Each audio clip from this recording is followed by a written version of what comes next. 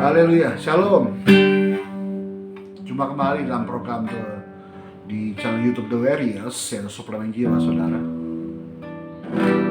Dan program ini semakin hari semakin menjadi berkat, bukan hanya bagi saudara, tapi bagi banyak orang yang mengikuti program ini dan channel YouTube ini, saudara. Terima kasih ya, sudah membagikan channel YouTube ini kepada banyak orang, sehingga bukan hanya Bapak Ibu pengikut Yesus yang diberkati, tapi banyak orang diberkati di luar Kristus Tuhan, sehingga mereka boleh mengenal lebih benar mengenai Yesus Tuhan dari Bapak Ibu, saudara. Terima kasih. Kita mulai ibadah kita malam, saudara. Kita bersembah Tuhan lebih dahulu. Kita mau dengar firman Tuhan dan ditutup dalam ibadah program dengan doa yang Bapak Ibu boleh tuliskan di channel YouTube ini, di live chat ini. Sehingga di akhir program ini Bapak Ibu, kita akan berdoa sama-sama. Bagi saya tidak ada pendatang yang hebat, tidak ada orang Kristen yang hebat, yang ada doa orang benar besar kuasanya. Sebab kita punya Yesus Tuhan yang luar biasa hebatnya di bumi dan di sorga. Terima kasih Bapa. Setiap pujian kami boleh menjadi dupa dan hadapan Tuhan saat ini. Terima kasih Yesus.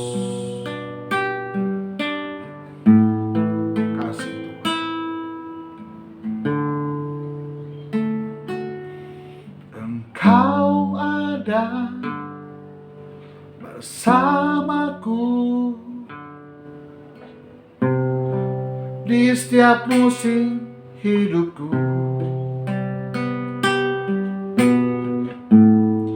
tak pernah ku biarkan ku sendiri.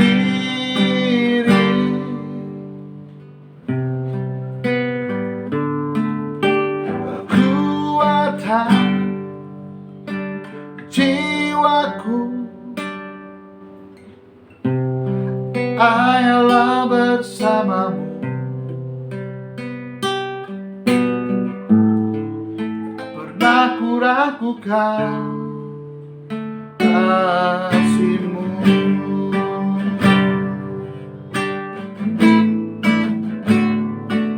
Engkau ada bersamaku di setiap musim hidupku. Pernah Kau biarkan ku sendiri.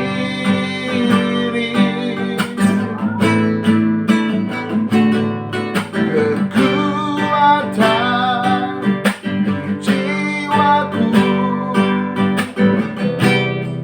hanyalah bersamamu.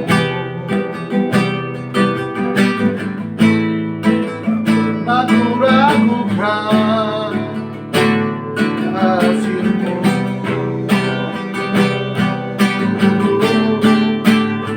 Bersamamu Bapa, ku lewati semua. Perkenananmu ya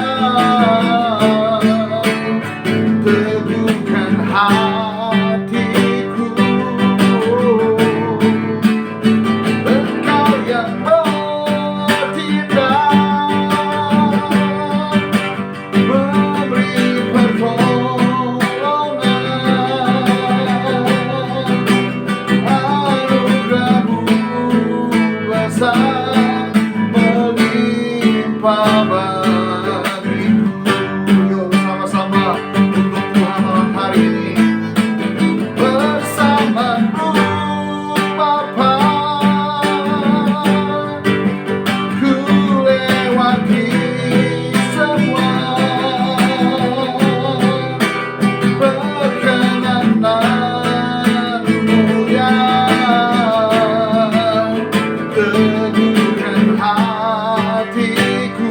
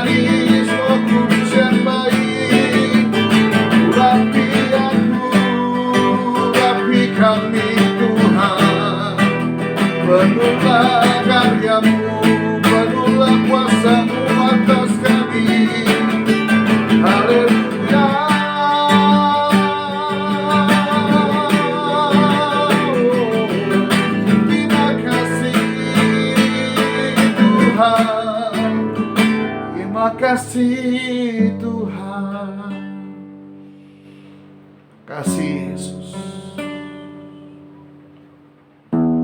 Kasih Yesus. Bicara ya Tuhan. Urapi setiap kami dengan hikmat-Mu ya Tuhan. Dengan bantuan Roh Kudus, setiap perkataan yang sulit boleh kami pahami dengan bahasa yang sangat mudah. Kami boleh tepat melakukan seperti yang Tuhan kehendaki. Bersama-Mu kami sanggup melakukan perkara-perkara besar bagi kami ya Tuhan Yesus.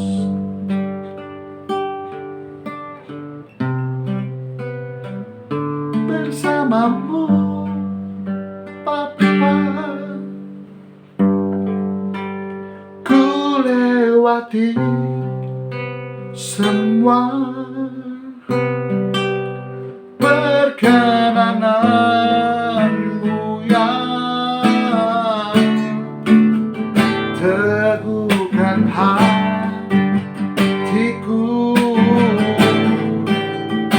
Engkau yang bertindak, memberi pertolongan. Anugerah-Mu besar melimpah bagiku. Anugerah-Mu besar, anugerah-Mu besar melimpah bagiku. Kita akan teruskan pembacaan firman Tuhan dalam program Suplemen Jiwa, saudara. Kita buka dalam Mazmur 1 ayat ketiga. Mazmur 1 ayat ketiga, Bapak Ibu yang bawa Alkitab yang sudah di sana di kitab Mazmur 1 pasal 3 ayat ketiga, kita baca sama-sama 1, 2, 3. Ia seperti pohon yang ditanam di tepi aliran air, yang menghasilkan buahnya pada musimnya, dan yang tidak layu daunnya, dan apa saja yang diperbuatnya berhasil. Saya yakin Bapak Ibu sangat gemar ya ketika membaca akhir dari ayat ini. Apa saja yang diperbuatnya berhasil. Ini yang seringkali Bapak Ibu pakai, pegang, statement, pernyataan, bahkan diproklaim, diproklamasikan bahwa apa saja yang aku perbuat berhasil. Jujur, jangan Bapak Ibu, saya juga begitu, gitu kan ya. Tapi Bapak Ibu, tahukah di ayat ini dibuka, ia seperti pohon yang ditanam di tepi aliran air. Jangan langsung lihat kesimpulan akhirnya, tapi lihat di depan ayat ini dulu dong. Ia seperti pohon yang ditanam di tepi aliran air. Jadi, kalau Bapak Ibu mau berhasil dengan apapun yang Bapak Ibu lakukan, sudah kerjakan dia berhasil, lihat dulu, harusnya Bapak Ibu ditanam seperti pohon di tepi aliran air, saudara. Nah, pertanyaan saya hari ini, sudah belum Bapak Ibu itu hidup seperti pohon yang ditanam di tepi aliran air, saudara? Kan saudara selalu nggak pernah mulai proses ya. Yang Bapak Ibu pengen lihat cuma hasilnya. Makanya kenapa nggak heran banyak orang Kristen pengen lihat hasil, result, akhirnya, final resultnya. Apa saja diperbuat yang berhasil, tapi nggak pernah mau lihat starting pointnya dulu di mana, nggak pernah lihat prosesnya bagaimana, maunya langsung hasil. Kenapa Daud menuliskan hal ini, saudara? Saya gemar menanam pohon. Saya gemar siram-siram pohon di rumah, saudara. Bahkan kalau Bapak Ibu nanti ke rumah saya ya, di halaman rumah saya yang kecil itu kanannya banyak pohon rindang, depannya banyak pohon rindang, bahkan ada banyak pohon-pohon buah-buahan, saudara. Ada buah mengkudu yang tidak pernah nggak berbuah, selalu berbuah. Yang ada pohon jambu air, jambu kelutuk, saudara, ya. Lalu ada pohon belimbing wuluh. Bapak Ibu yang suka masak pasti tahu belimbing wuluh untuk apa. Lalu ada pohon alpukat, saudara. Saya tanam di pot, lalu pohonnya besar, tinggi ya, saudara. Lalu ada bunga Kamboja ya saya cuma tancap langsung jadi pohon, jadi dia berbunga. Lalu saya punya sebuah pohon yang sangat besar di depan rumah saya, di halaman pekan rumah saya, itu pohon mangga, sudah. Atau awal saya tanam pohon mangga itu dari bapak saya bilang stek ya, dicangkokkan ya antara buah mangga mana lagi dengan Indramayu. Lalu pohon itu boleh tumbuh besar, karena saking besarnya tidak besar ditanam di dalam pot lagi, lalu dipindah oleh papa saya almarhum ke depan rumah, lalu dia tumbuh besar. Awalnya hanya dikasih pupuk, saudara. Tapi ketika dia sudah besar, papa saya tidak pernah ngasih pupuk lagi, hanya siram dan siram dan siram, saudara.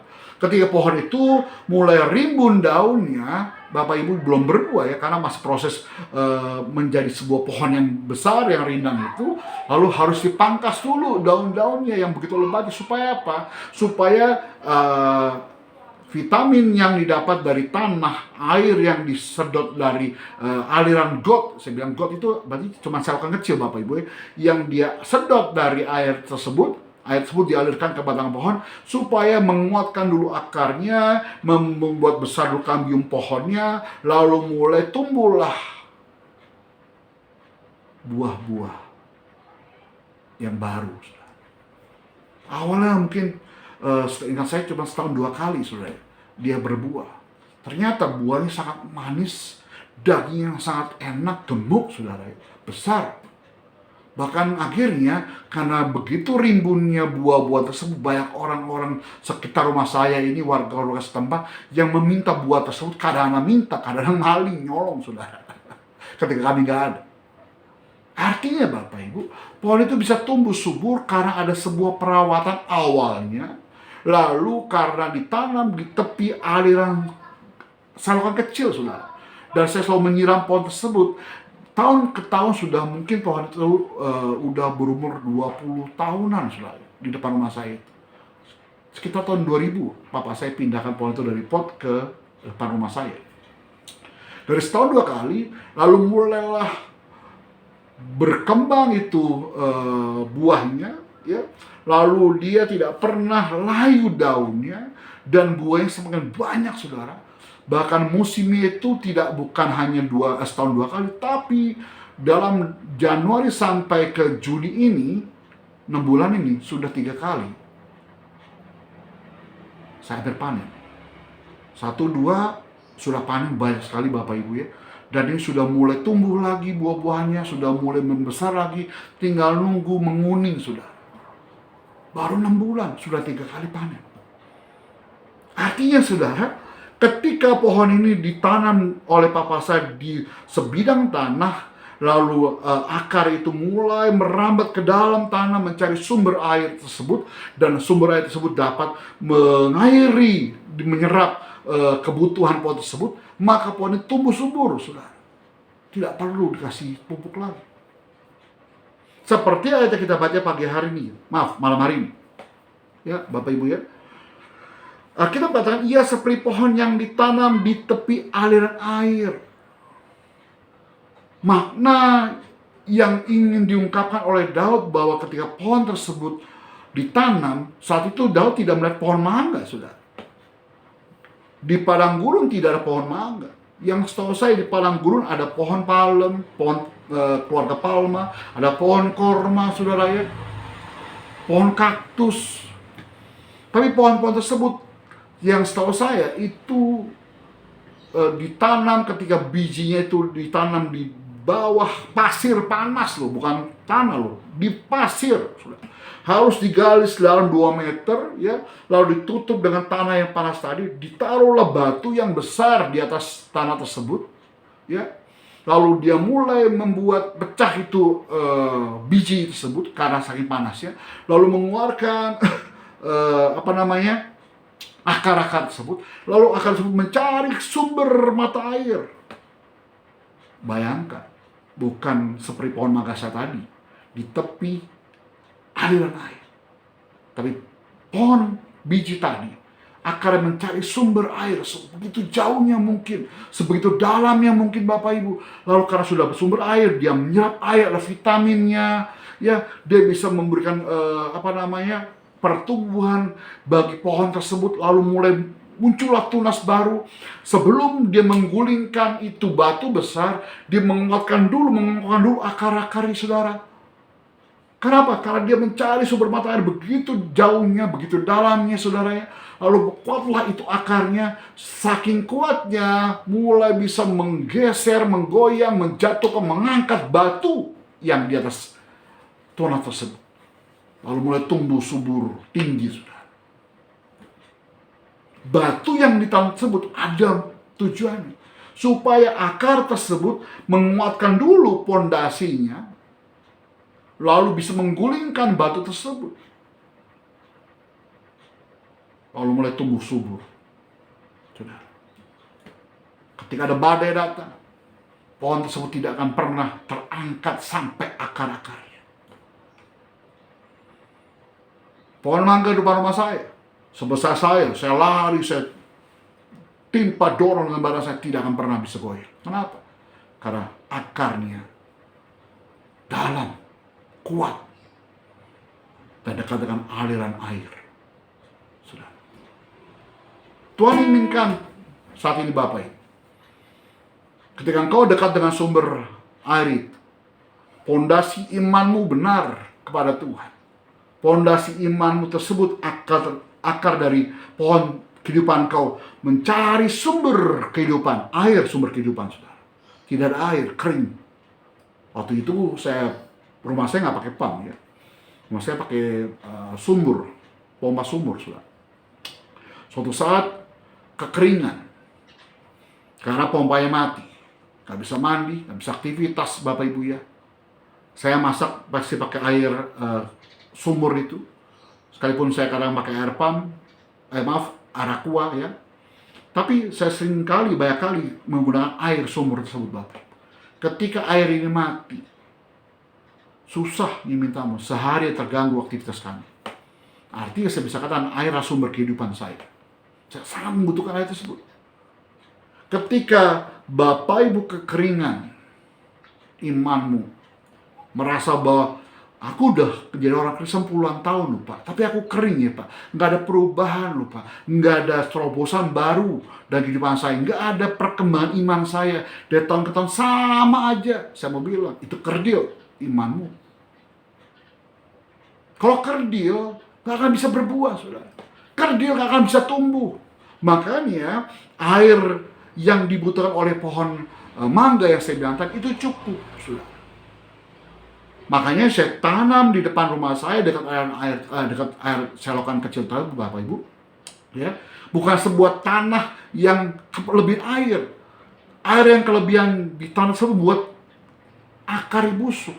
Tapi ketika air yang dibutuhkan dengan waktu yang tepat, dengan kapasitas volume yang tepat, Bapak Ibu ya, dengan matahari sinar yang tepat, maka pohon tersebut, akar tersebut tidak busuk, saudara. Ya, apa yang kita harus pelajari dari kisah pohon ini? Pertama, jangan sampai imanmu itu busuk. Iman yang busuk ini tidak akan membuat pertumbuhan rohanimu. Kenapa? Karena tidak pernah dipikirkan berapa kebutuhan air. Tidak pernah dipikirkan bagaimana waktu menyiramnya. Maksudnya apa sih, Pak? Saya bilang tadi, saya gambarkan bahwa air itu adalah sumber kehidupan kita. Seringkali orang Kristen hanya kejar berkatnya, tapi nggak pernah kejar sumber berkat. Saya mau bilang, aliran air tersebut saya gambarkan itu pribadi Tuhan, saudara. Sumber kehidupanmu. Ketika engkau melekat dengan Tuhan, kau tahu kapan kau butuh Tuhan.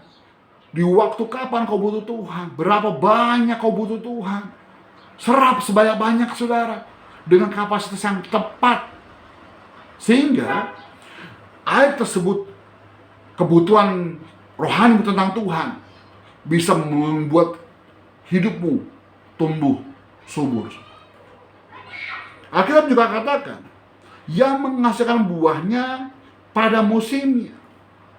Kalau engkau dekat dengan sumber berkat, yaitu Tuhan, jika engkau dekat dengan sumber kehidupanmu, yaitu Yesus Tuhan, maka engkau menghasilkan buah yang lebat, saudara.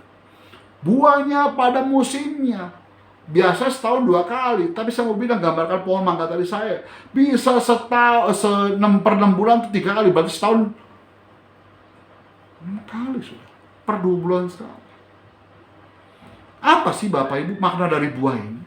Buah pohon mangga di rumah saya dapat dinikmati bukan hanya saya sudah di rumah ini, tetapi banyak orang yang di luar rumah saya menikmatinya. Dia petik saudara, bahkan ada yang menimpuknya supaya apa? Karena supaya jatuh buahnya. Hanya buah yang manis, hanya buah yang berkualitas baik yang dicari orang saudara. Hanya buah yang manis, hanya buah yang berkualitas baik yang ditimpuk orang dengan batu supaya dapat dinikmati. Jika saat ini Bapak Ibu merasa, Pak, aku kok dizolimin ya Pak, aku kok ditekan ya Pak, aku kok punya masalah ya Pak, aku bla bla bla dengan masalahmu, ingat baik, berarti kok hidupmu punya buah yang manis, saudara. Berarti hidupmu adalah buah yang berkualitas, yang dicari orang, yang ditimbukin orang, saudara. Gak usah gusar dengan orang-orang yang zolimin saudara. Nggak usah gusar dengan orang-orang yang gak suka sama saudara. Nggak usah gusar dengan orang-orang yang ngomongin saudara di belakang saudara. Ingat baik, kalau mereka ngomongin saudara di belakang saudara, berarti saudara di depan mereka. Nggak usah pusing saudara. Fokus saya sama Tuhan.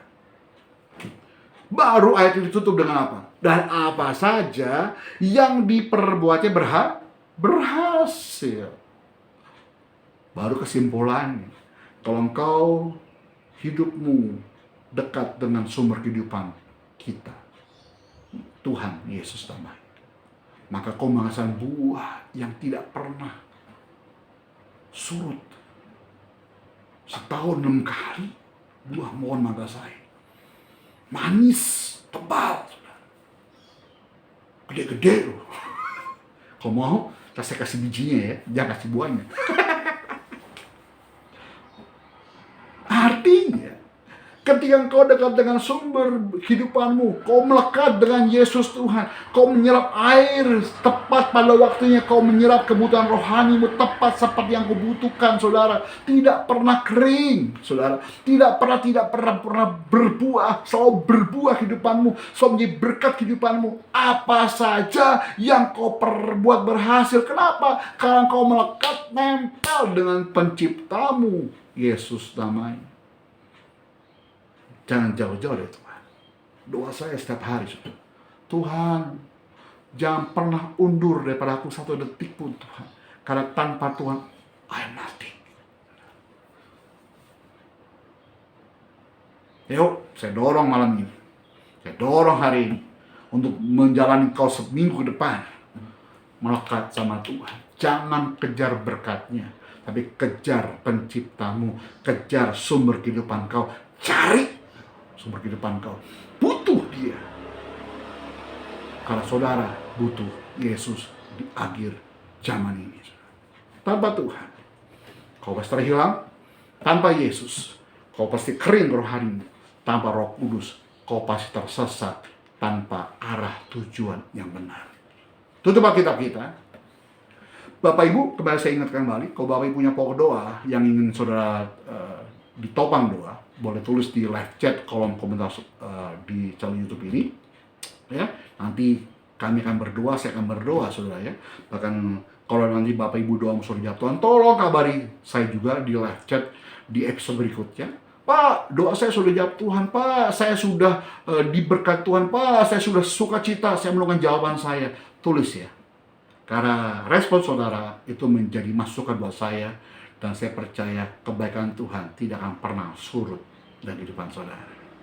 Yuk, kita mau menyembah Tuhan. Kalau kita berdoa saat ini saudara ya. Bapak, terima kasih. Firman-Mu ingatkan kami.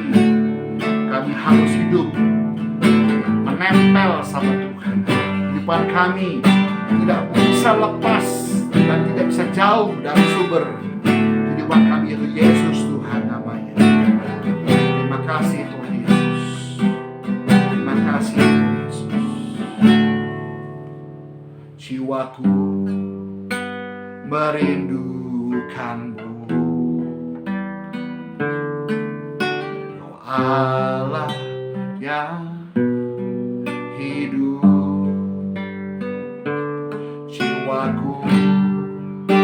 haus kepadamu.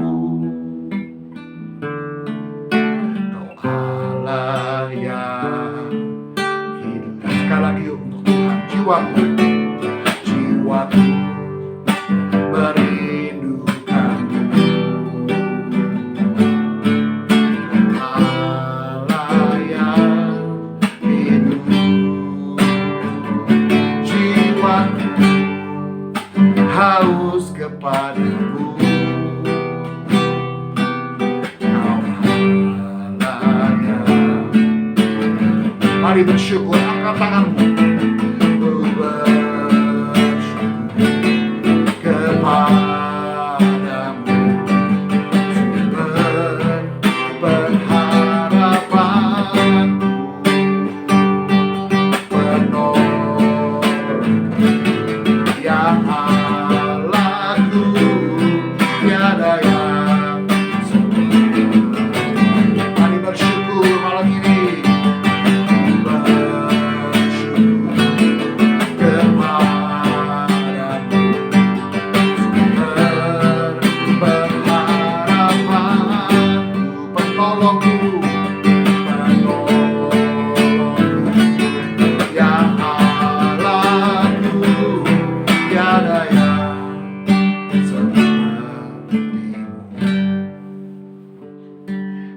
Pujian ini di awal lirik ini berkata, jiwa kami merindukanmu Tuhan Yesus.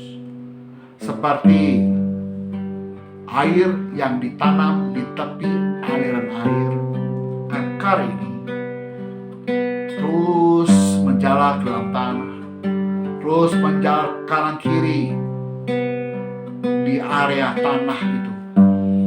Akar itu mencari sumber air supaya pohon itu bisa tumbuh, pohon itu bisa terus berkembang, membesar, menguat akarnya, lalu tumbuh ke atas, rimbun daunnya, mulai mengeluarkan buah-buahan yang punya kualitas baik, bahkan yang terbaik ya Tuhan Yesus.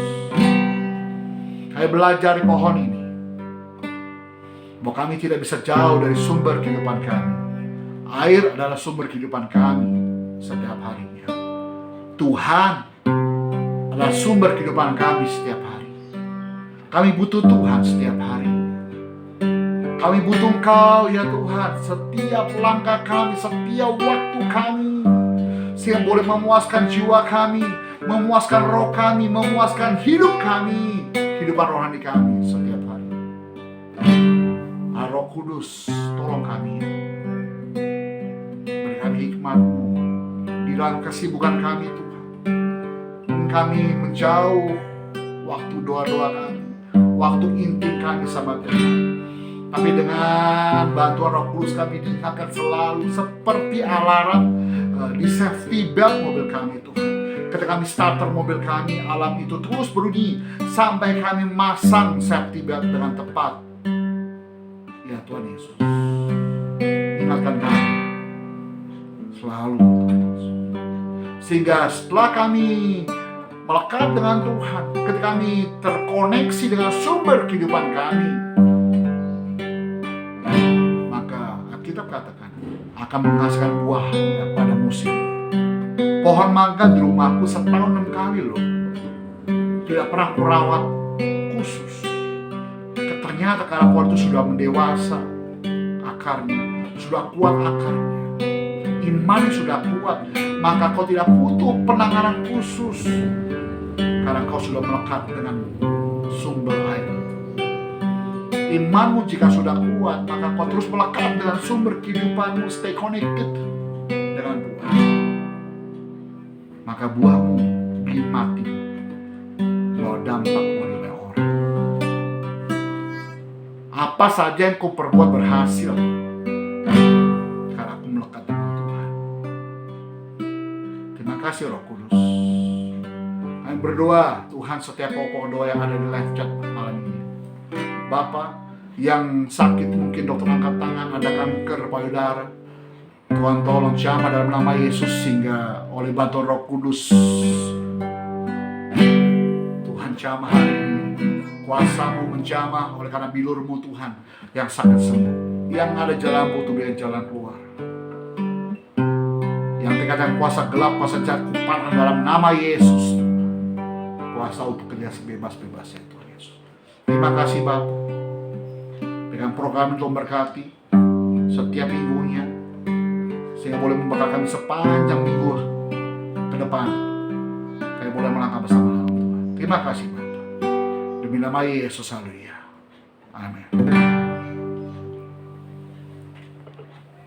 Pak Bu, jika engkau diberkati, jangan lupa like, share channel ini kepada banyak orang, dan jangan lupa subscribe. Kita menjadi dutanya Tuhan. Yang mau katakan amin. Sampai jumpa dalam episode berikutnya. Shalom.